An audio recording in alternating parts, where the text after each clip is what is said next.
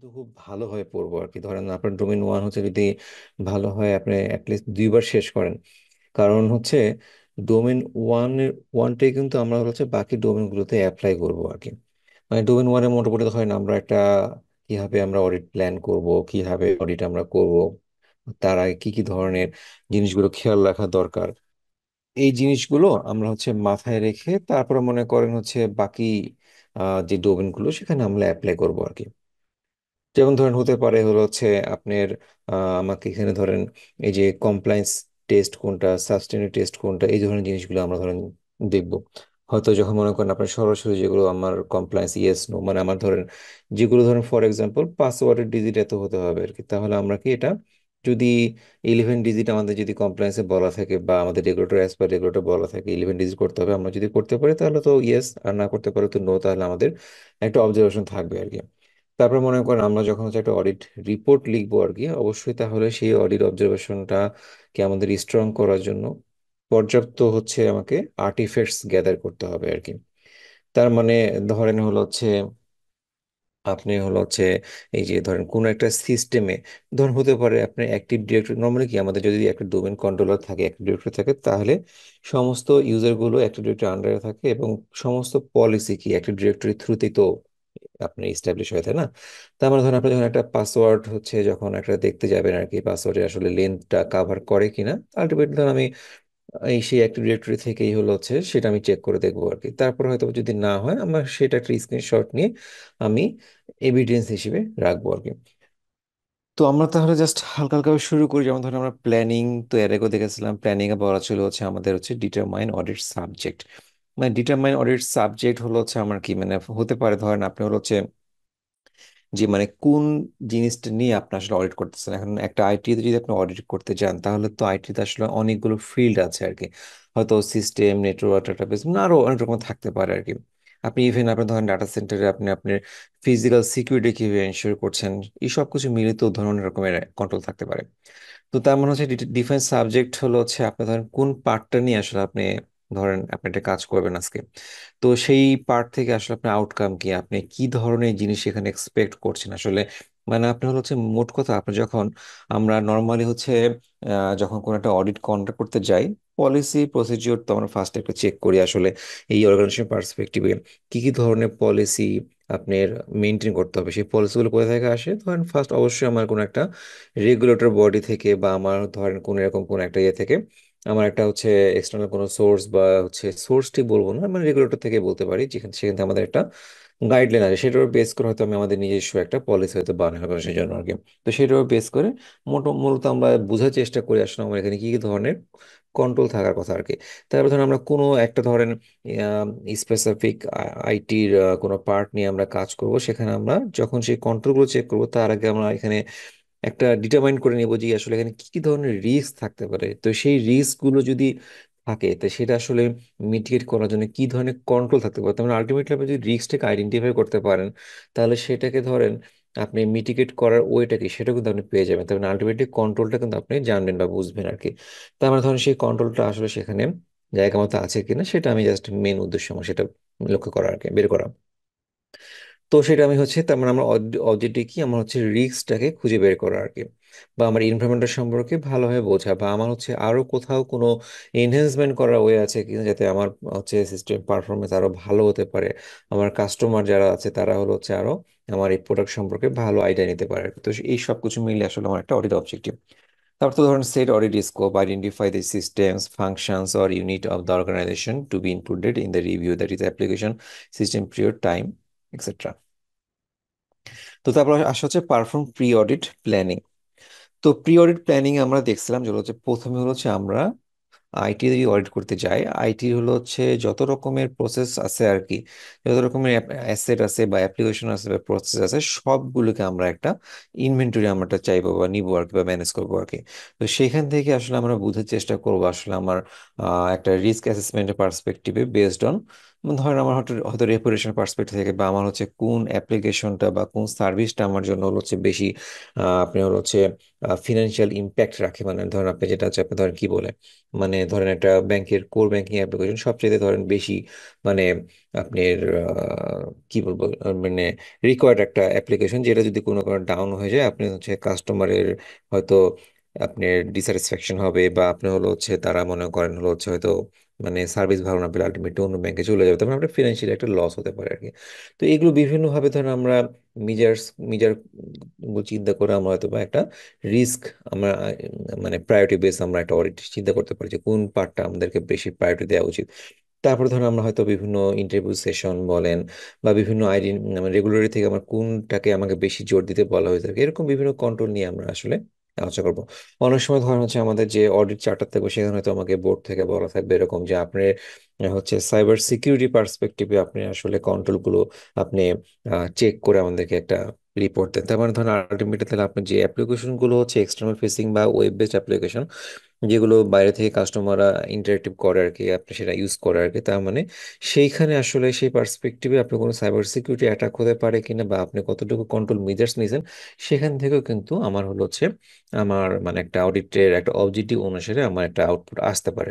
তার মানে based on ধরেন আমার যে অডিট চার্টার, সেখানে অডিট অবশ্যই আমাদের অডিট একটা অবজেক্টিভ উল্লেখ থাকে, সেটার বেসিস করে আমরা আসলে একটা অডিট কন্ডাক্ট করি আর কি। determine procedure, select the audit strategy, gather departmental policy, list of interview। মানে ব্যাপারটা হচ্ছে আপনি আসলে কোন ওয়েতে যাবেন। নর্মাল আমরা হচ্ছে ধরেন বিভিন্ন রকমের আগে হচ্ছে যেটা বললাম যে প্রসেস বা ইনভেন্টরি কালেক্ট করি, সেটা আমরা হচ্ছে একটা রিস্ক অ্যানালাইসিস করি, আমরা প্রায়োরিটি সেট করি, তারপর হয়তো বা সেটার বেসিস করে বিভিন্ন রকমের ডকুমেন্টেশন হয়তো আমরা চাই, বিভিন্ন পলিসি প্রসিজিওর বা বিভিন্ন রকম ডকুমেন্ট চাই, সেটার উপর হয়তো বেস করে আমরা স্পেসিফিক টিম ওয়াইজ কোনো ইন্টারভিউ সেশন হয়তো কল করি। সেখান থেকে আমরা হয়তো প্রসেসটা যদি জানা না থাকে সেটা ভালোভাবে বোঝার চেষ্টা করি।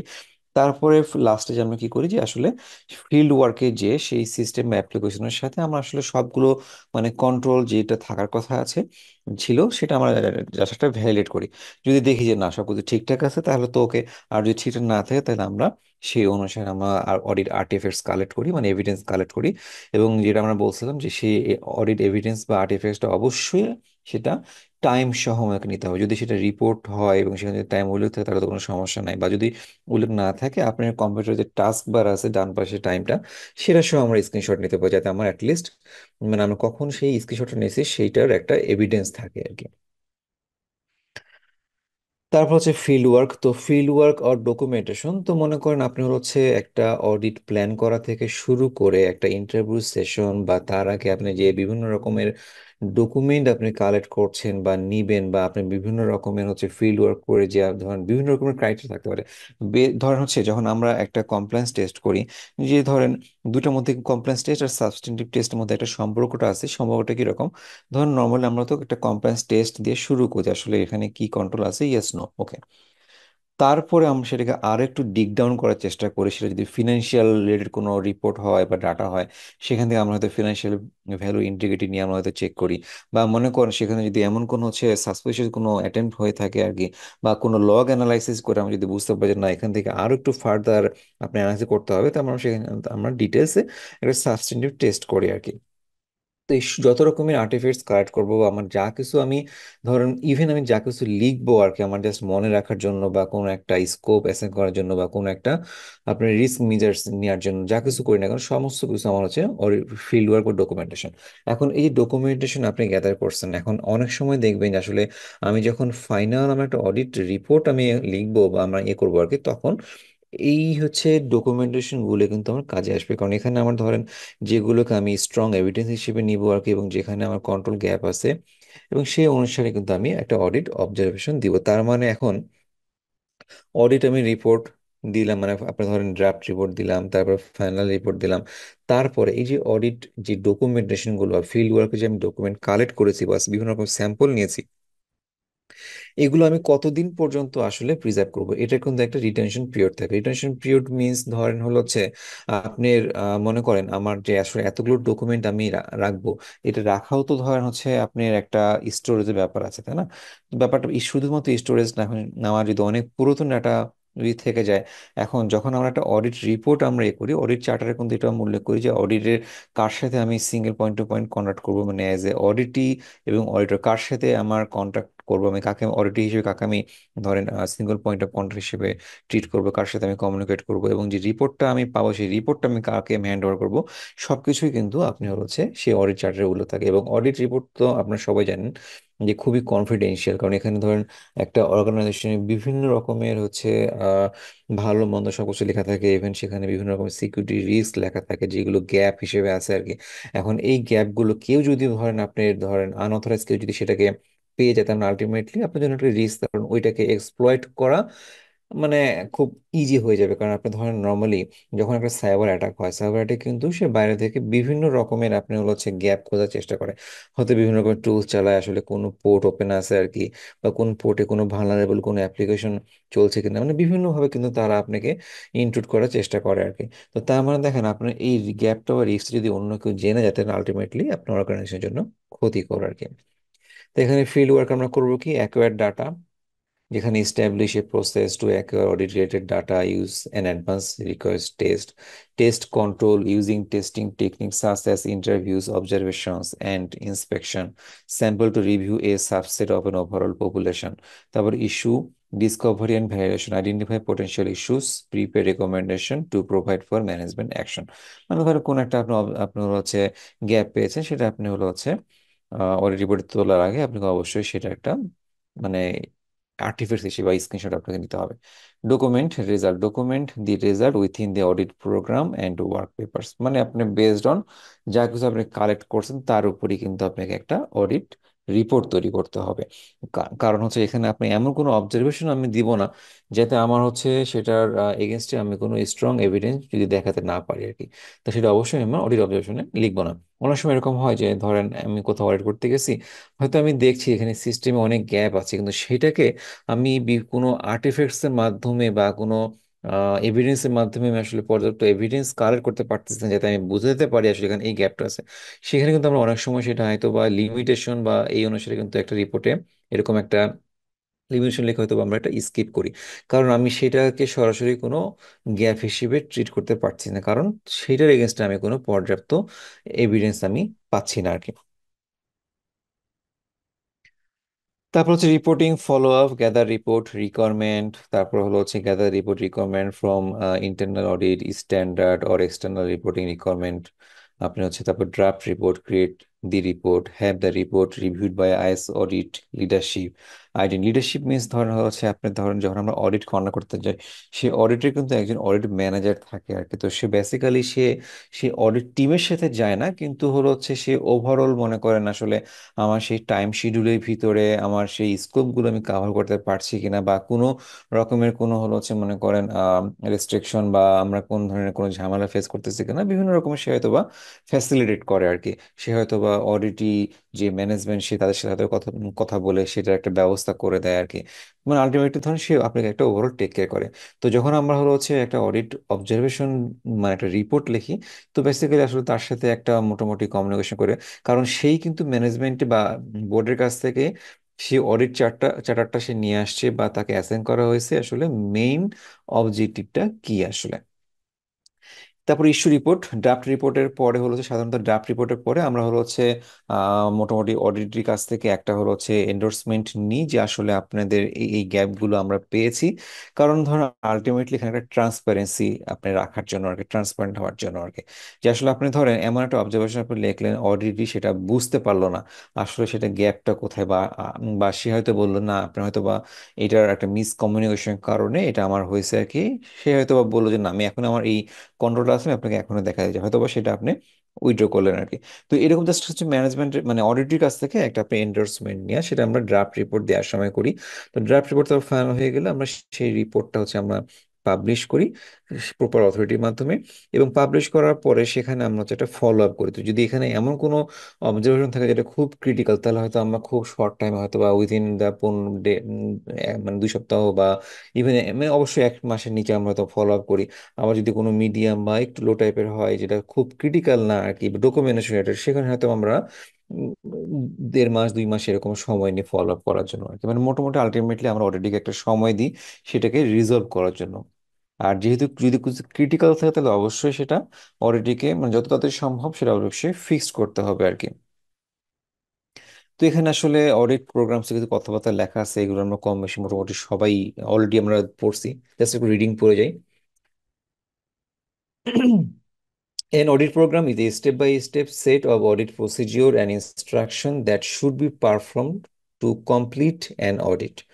General procedure are the basic steps in the performance of an audit and usually include এই জিনিসগুলো: obtaining and recording an understanding of the audit area and subject, creating a risk assessment and general audit plan and schedule, performing audit planning that includes audit steps and work planned, doing a preliminary review of the audit area or subject, evaluating the audit area or subject, তারপর verifying the evaluating the control design to meet control objective, conducting compliance testing, test of control implementation, conduct substantive testing, confirm the accuracy of information, তারপর reporting, তারপর follow up. এই স্টেপগুলো নিয়ে কারো কোনো confusion বা কোনো কোশ্চেন কি আছে?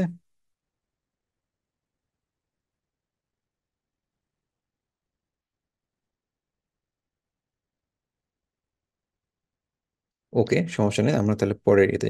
ভাই আপনারা তো সাথে আছেন নাকি? না আমি ডিসকানেক্ট হয়ে গেছি, কোনো সাড়া শব্দ পাচ্ছি না। স্যার আছি স্যার। হ্যাঁ, আমরা আছি, শুনতে পাচ্ছি। ওকে, ঠিক আছে। তা হচ্ছে skills to develop an audit plan programme.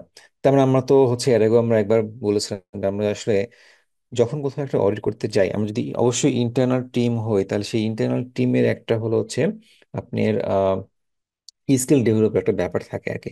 এখন মনে করেন আপনি আপনার অর্গানাইজেশনে হলো হচ্ছে যেহেতু যে যে ধরনের টেকনোলজি ইউজ করতেছেন সেটা অবশ্যই জানা আর কি। তো এখন এই টেকনোলজির সমস্ত পার্টগুলোকে ধরেন আপনার ঠিকভাবে অডিট করার জন্য আপনি সেই অডিট টিম আছে কিনা, যদি না থেকে থাকে তাহলে আপনি হলো হচ্ছে তাদেরকে হলো হচ্ছে নলেজেবল করার জন্য কোনো প্ল্যান নিয়েছেন কিনা বা তার থেকে আপনি কোনো ট্রেনিং এর ব্যবস্থা করছেন কিনা আর কি।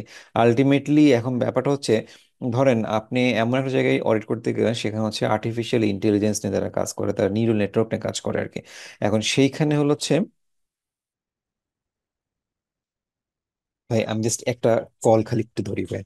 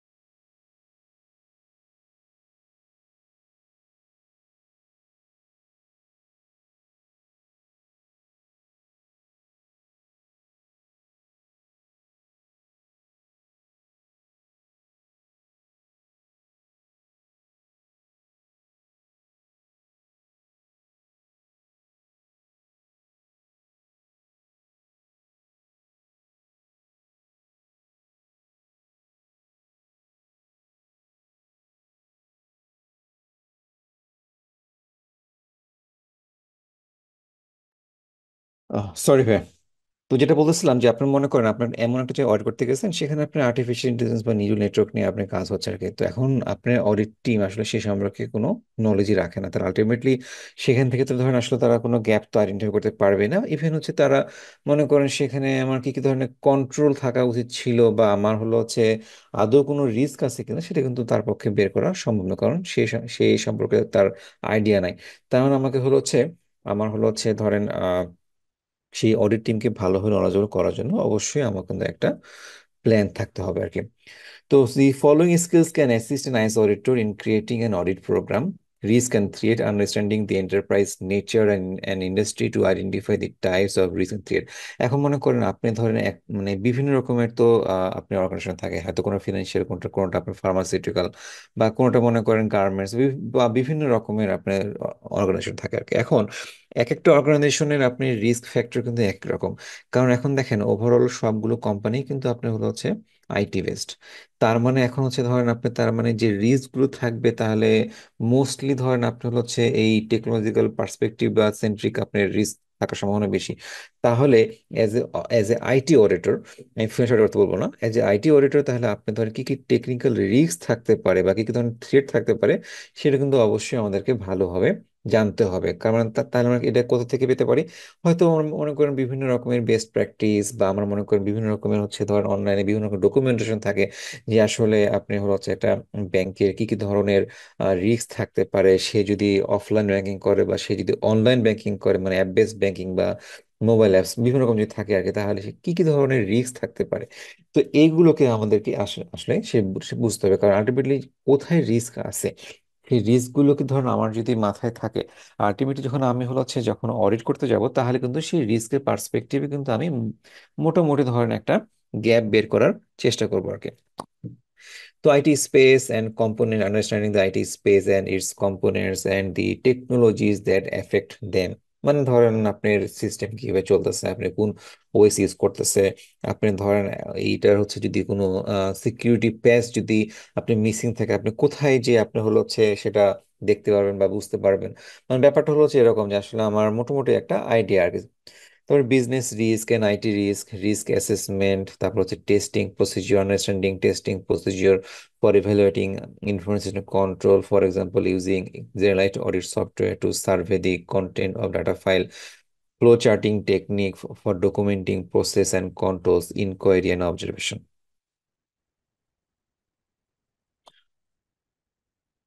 তো তারপর হচ্ছে অডিট ওয়ার্ক পেপারস, এগুলো আমরা মোটামুটি পড়ে ফেলছি আর কি। জাস্ট একটু আপনারা দেখে নিন, আমি আজকে স্লাইডটা শেয়ার করে দেবো। Fraud, irregularities, and illegal act. Management is responsible for establishing, implementing, and maintaining an internal control systems that leads to the deterrence or detection of fraud.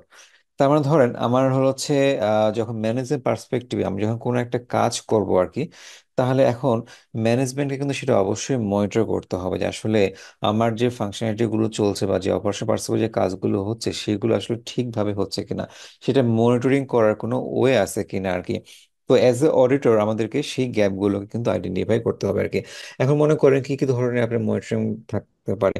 এখন ধরেন আপনার কাছে যদি ট্রানজেকশন বেস কোনো সিস্টেম হয়, তাহলে সেই ট্রানজেকশনের লগগুলো আপনার প্রত্যেকটা লগ সেখানে প্রিজার্ভ হচ্ছে কিনা, তার মানে আলটিমেটলি কোন কি কি ধরনের লগ সেখানে প্রিজার্ভ হচ্ছে, সেগুলো কি আসলে যথেষ্ট কিনা কোনো একটা ইরেগুলারিটি কোনো কিছু আইডেন্টিফাই করার জন্য, বা কোনো ফটোর কোনো কিছু আইডেন্টিফাই করার জন্য সে যথেষ্ট কিনা, নাকি আরো লগ ক্যাপচার করা উচিত ছিল, যেটা হয়তো সিস্টেম করেনি। অনেক সময় এরকম দেখা যায় যে ধরেন আপনি হচ্ছে যখন একটা ওয়েব বেসড অ্যাপ্লিকেশন চলে, সেটা ধরেন প্রত্যেকটা মানে ইনস্ট্যান্সে সে একটা করে লগ জেনারেট করে। তো এই সময় অনেক হিউজ লগ আপনি হচ্ছে জেনারেট হয়। সেটা হচ্ছে আপনার যেটা মনে করেন যখন লগ রাইট হয়, আলটিমেটলি ধরেন যদি আপনার এই ডাটা রাইট করার যদি সেই ডিভাইসটা যদি স্পিড ভালো না হয়, অনেক সময় দেখা যায় সেটা পারফরমেন্স ডিগ্রেড করে। তো অনেক সময় এরকমও দেখা যায় যে আসলে আপনি হলো হচ্ছে আমরা ডেভেলপার অনেক সময় যেটা করে, যে বিভিন্ন ধরেন লগ হচ্ছে রাইট না করে স্পেসিফিক সে কিছু লগ রাইট করছে, সবগুলো লগ সে রাইট করে না। কারণ আলটিমেটলি ধরেন কি কি ধরনের লগ হচ্ছে সেটা জেনারেট করতে পারে এবং কি কি ধরনের আমরা প্রিজার্ভ করছি অ্যাজ এ অডিটর, কিন্তু সেটা আমাদেরকে মেজার করতে হবে।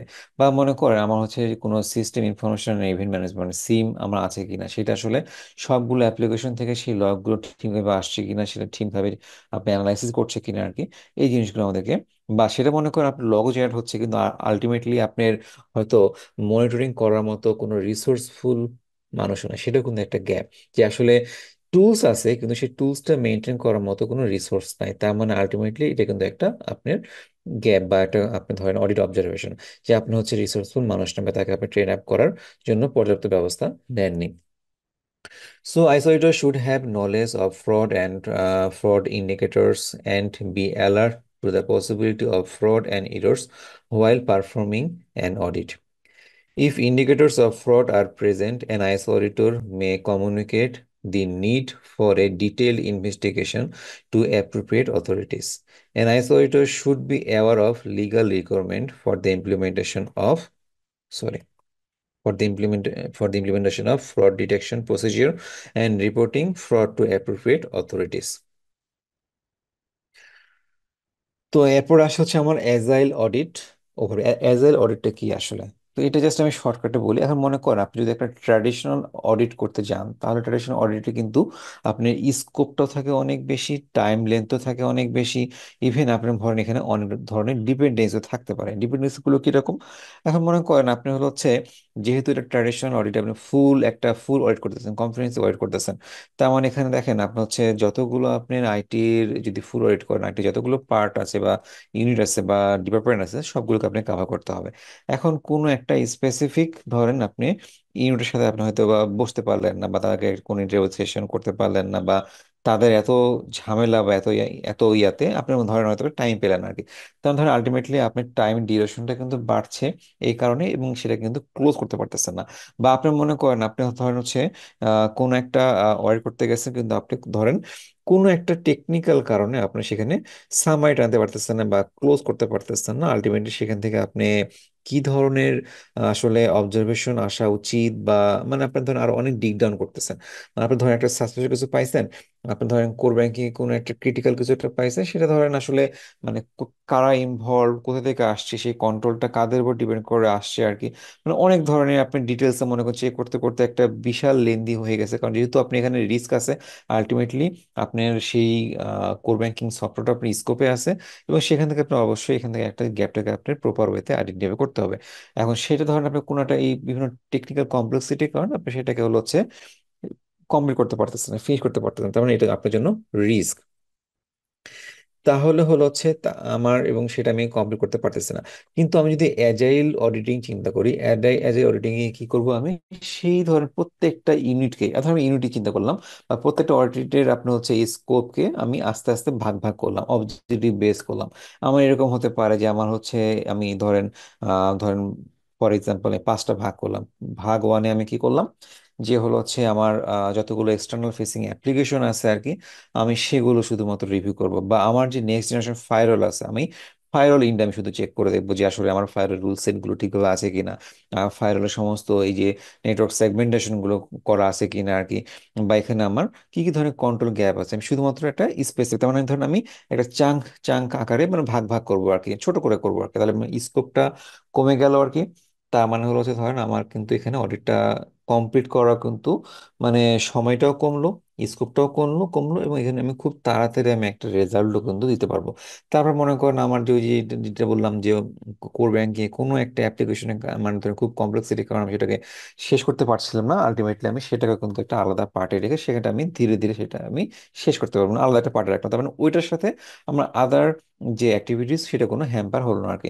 তার মানে ধরেন আমার হচ্ছে প্ল্যানিং, আমার হচ্ছে এই যে ইন টু এন্ড প্ল্যানিং বলবো, সেটা আমার জন্য রিডিউসড হয়ে গেল, মানে স্কোপ কমে গেল, টাইম কমে গেল আর কি। এবং আমার অডিট কিন্তু ধরেন হলো হচ্ছে মোটামুটি, তার মানে আমি বলবো যে অডিট এনগেজমেন্ট আরো স্ট্রিম লাইন হলো আর কি। হয়তো বা আমি বললাম যে শুধুমাত্র এই পার্টটুকু আমি অডিট করব, এবং সেটা 2 সপ্তাহের মধ্যে আমি কমিট করব, ফুল রেজাল্ট দেবো।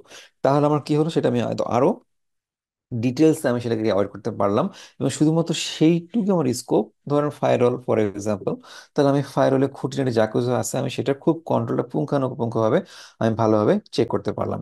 তারপর ধরেন direct customer collaboration, customer means ধরেন হচ্ছে অলরেডি আর কি, তাদের সাথে আপনি ডিরেক্টলি কোলাবোরেট করতে পারলেন আর কি, যে আসলে আপনার এই সমস্যাটা কেন হচ্ছে, বা ওই সমস্যাটা থাকলে কি উপকার হতো, বা কি আপনি কেন করতে পারছেন না, মানে পয়েন্ট টু পয়েন্ট আপনি তার সাথে কথা বলতে পারছেন।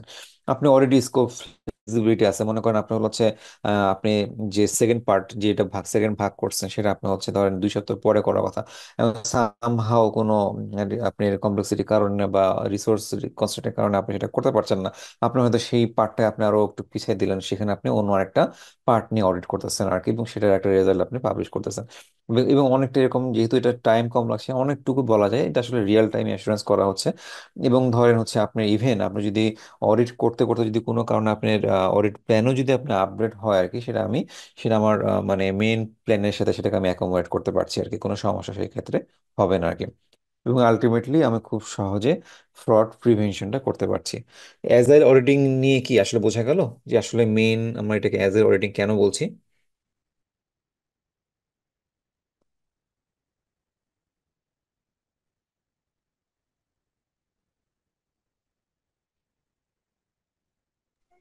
উম, জি আসসালামু আলাইকুম ভাইয়া, আমি আসলে পুরোপুরি শুনতে পারতেছিলাম না, আপনারটা কনসালটেশন দিতে পারতেছিলাম না। অন্যরা একটু রেসপন্স করেন, ভাই তো কোশ্চেন করতেছে।